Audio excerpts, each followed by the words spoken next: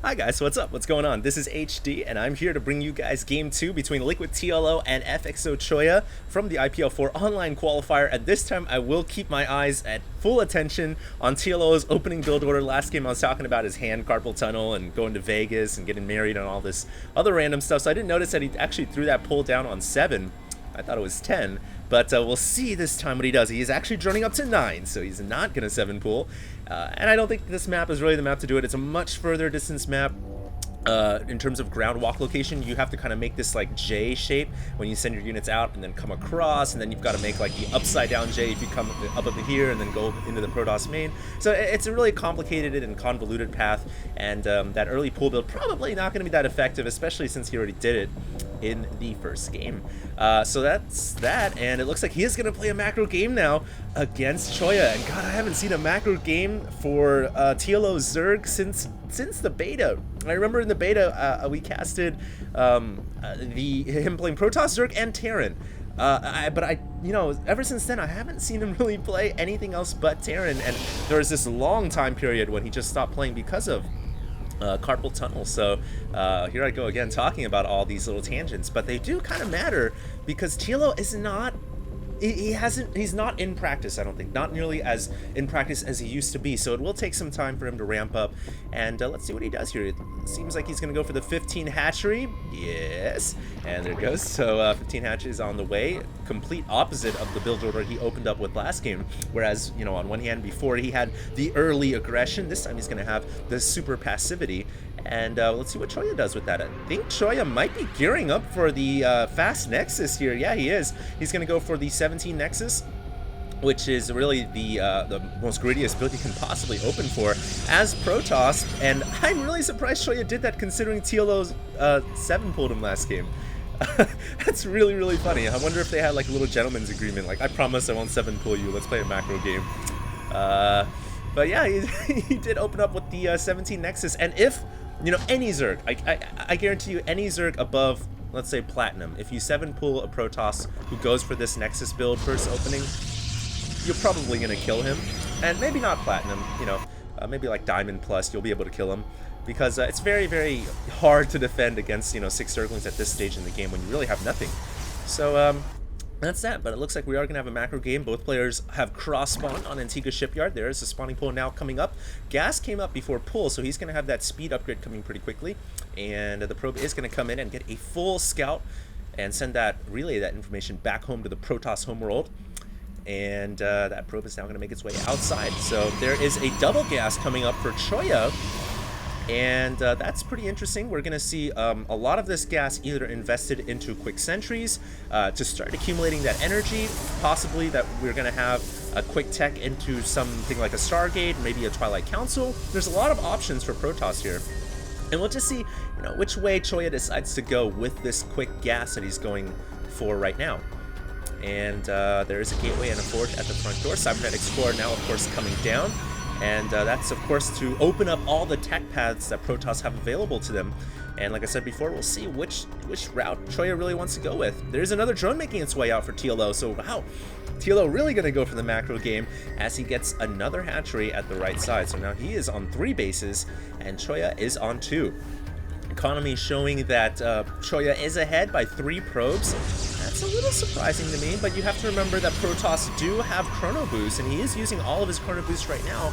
But I'm a little surprised that TLO isn't at least on par with the Protoss in terms of drones. So we'll see what happens here. Both players are tied in supply, and this is just the build-up, really. The build-up phase for both players where they decide what route they want to go with, where and how their gas is going to be invested, and when they're going to attack, what kind of units they're going to go for. So this is a very interesting part of the game where both players really determine what paths they're going to follow.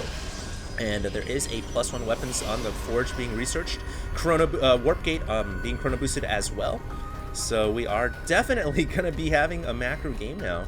And unless TLO decides, in the next split second that, hey, he's going to be creative TLO and he's going to make an attack happen, I would probably estimate that this is going to be one of those really, really long games. So we'll see what happens. Circling. Oh, what the heck are these 2 drones doing?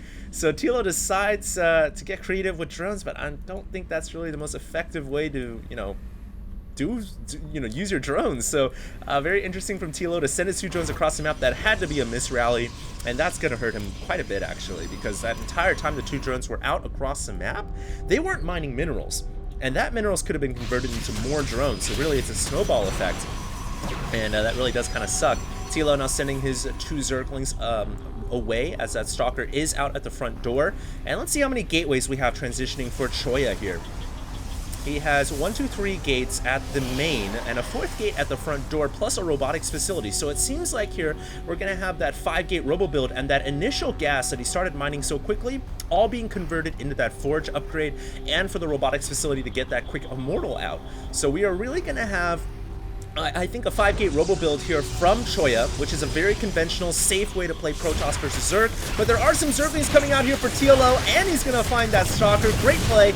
And now using the hold position micro, but because there's a Zealot back there and a Photon Cannon, I don't think it's very likely that those Zerglings will survive, and so they should probably run away. And, only a couple Zerglings falling for a Stalker. Man, I'll take that any day. And, uh-oh. 1, 2, 3, 4, 5, 6, 7, 8. 8 gates and a robotics facility. Choya is going to go for a huge timing attack here. And at this point, pretty much all in off of Choya. He's going to try, anytime a Protoss gets 7-gate plus, it's already considered pretty damn aggressive. 8-gate, it is pretty much you're all in. So Choya is going to go with a huge attack here based off of not Colossus, not, a bunch of sentries or anything like that, just mass immortals and gateway units. And the reason why I don't think he's going to make sentries is because he would have made them earlier. But he didn't. He invested that initial gas into Immortals, and he's even got a Warp Prism coming out as well, so pretty interesting stuff here coming out of Choya. Meanwhile, Liquid TLO is making a Spire, or he's already about to finish the Spire, so he's going to have Mutalisks in the air, and those Mutalisks are going to be so important for deflecting the Warp Prism. That Overseer did come inside the base, and there is a Changeling inside the main right now, so I think TLO knows exactly what's going on. He saw the gateway count, he saw the robotics facility, and now all TLO needs to do is mass produce units. His Spire is about 5 seconds away from finishing. He has a bunch of banked up gas and minerals, so he can make about 10 Mutalisks as well, 12 Mutalisks in fact, and this is going to be a huge play by both these players. Tons of Zerglings on the map. TL is going to try to catch up. The reinforcements coming to join the main group, and he is going to be able to do that, and he should fall back now, as that army is getting quite large.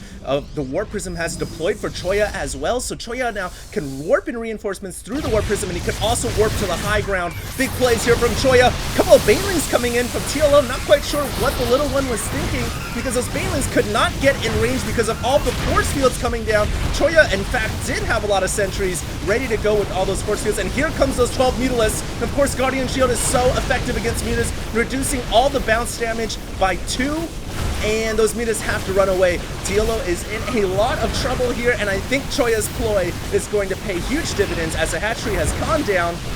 TLO has to try to pick off little targets, little stray targets that wander away from the main army. Anytime you can get those sentries, that's huge as well. There's only 2 left, in fact. So the Guardian Shields are going to be pretty restricted now. And this is TLO's chance. He's got to go in with everything. Zerglings and Mutas coming in, but the Warp Prism is deployed, and more Stalkers have joined the fray. TLO is in so much trouble. And don't forget, the Protoss units here have +1 weapons. So that really makes a huge difference as well, as the Zealots can just 2-shot Zerglings, and it looks like TLO has to GG. Wow, so a quick 0-2 for TLO. I was kind of hoping TLO would, put up a better fight, but you can't really blame him. He's been out of the scene for a while, and he did make a race switch. And Choya is an extremely good Protoss player, so congrats to Choya. My hat's off to you. And a really well executed 8-gate plus robotics facility +1 weapon timing push. Really doesn't get better than that, and not much that that TLO could do. So a good try from TLO.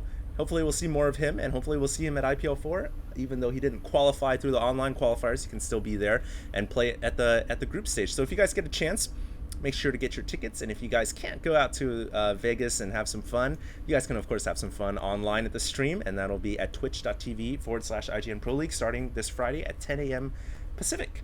So that's it for me, guys. I will see you guys in the next couple of videos. As you guys all know, I'm going to be casting as many IPL4 online qualifiers as I can before I hop on that airplane on Wednesday or Thursday, just to try to hype up the event a little bit. And that's it for me, guys. HD signing out.